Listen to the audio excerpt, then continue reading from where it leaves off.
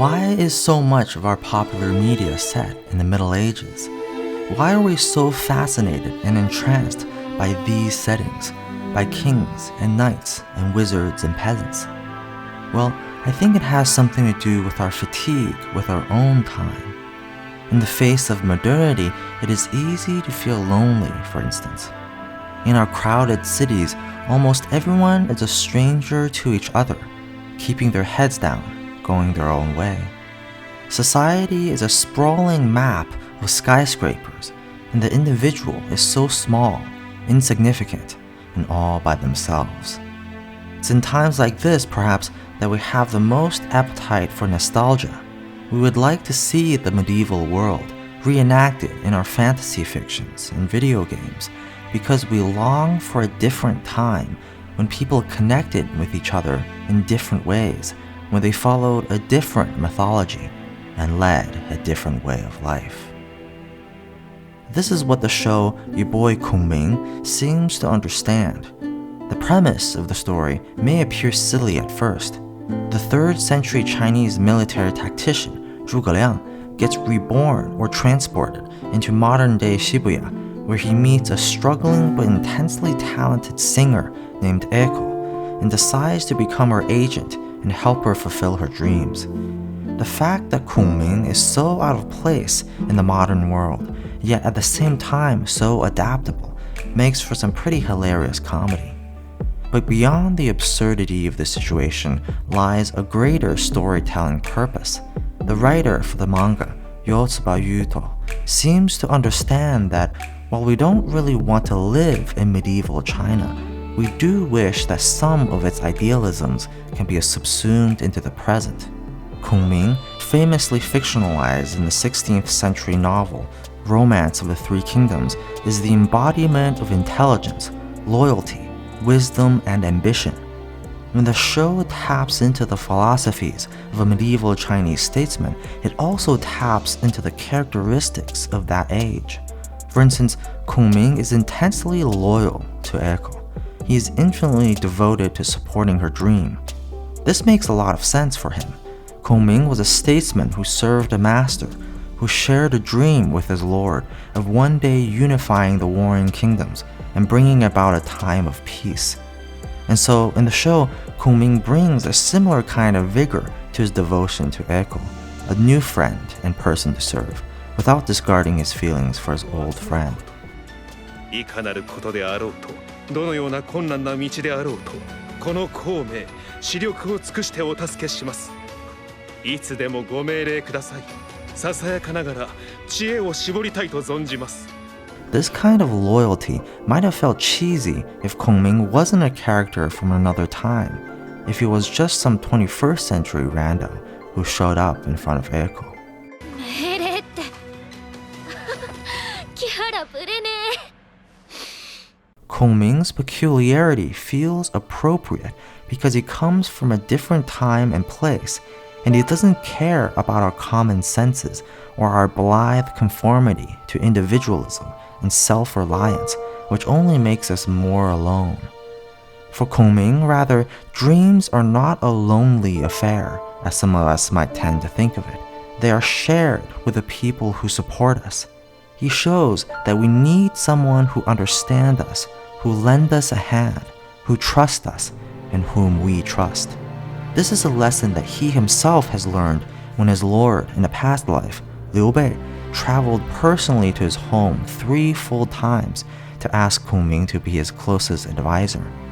Liu Bei would describe his forging a bond with Kongming as a fish finding water. Everything seemed to fall into place after that. This story happened in the 3rd century AD, but it can still provide inspiration for us today. In the words of the fantasy writer Brian Atbury, the important function of creative anachronism, or introducing a thing outside of its time, occurs when you take a little bit of the Middle Ages and plop it down in the midst of freeways and shopping malls. The contrast, the disjunction, transforms the present. For example, when Kongming meets Echo, she's about to give up on her dream. All her efforts to audition seemed useless. Her life was going nowhere, and the world seems not to acknowledge her existence. But the addition of Kongming to her side reignites her passion, and his strategic mind proves priceless for the road ahead. Dreams, Kongming understands, cannot be built alone, and finding the right person to entrust yourself may be the most important thing you can do. This is as true today as it was 2,000 years ago. But the contrast between the ancient and the modern, stated by Atbury, makes for some pretty eccentric metaphors. For example, in the show, the quest of an artist to make something of her talents in 21st century Shibuya is likened to conquering kingdoms and unifying the world. Indeed, it may feel that way, oddly enough. Music, after all, has that kind of power to bring people together, to shift the ground beneath us, if only momentarily. But the world is not going to just spontaneously gather around your work. The task that lays ahead for an emerging artist may be no easier than winning the world. That's certainly how it feels.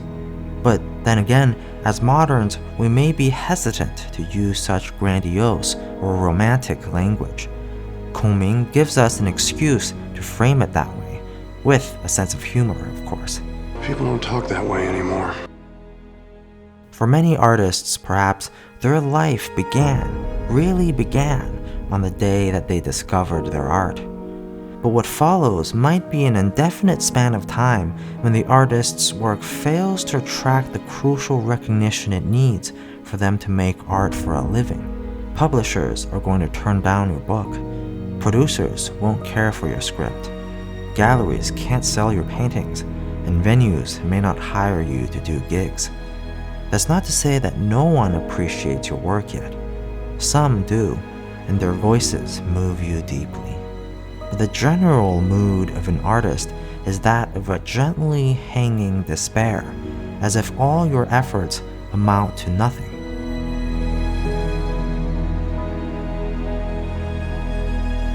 All that keeps you going is your obsession and the realization that there is nothing else.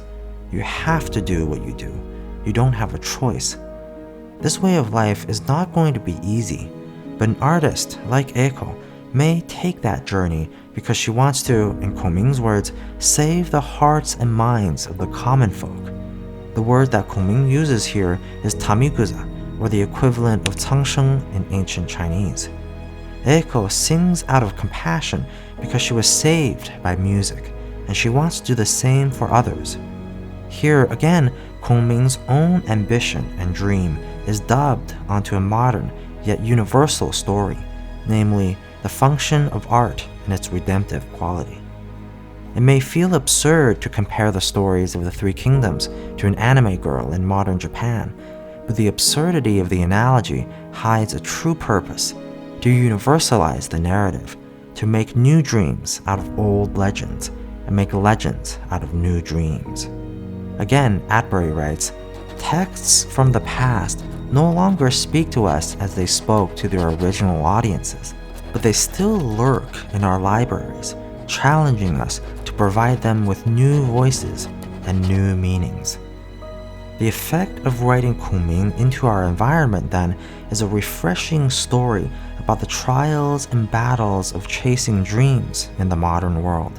And in this world, we'll have to remember to return to the past now and then, because, as novelist Ursula Le Guin said, sometimes we have to look backwards before we can see ahead.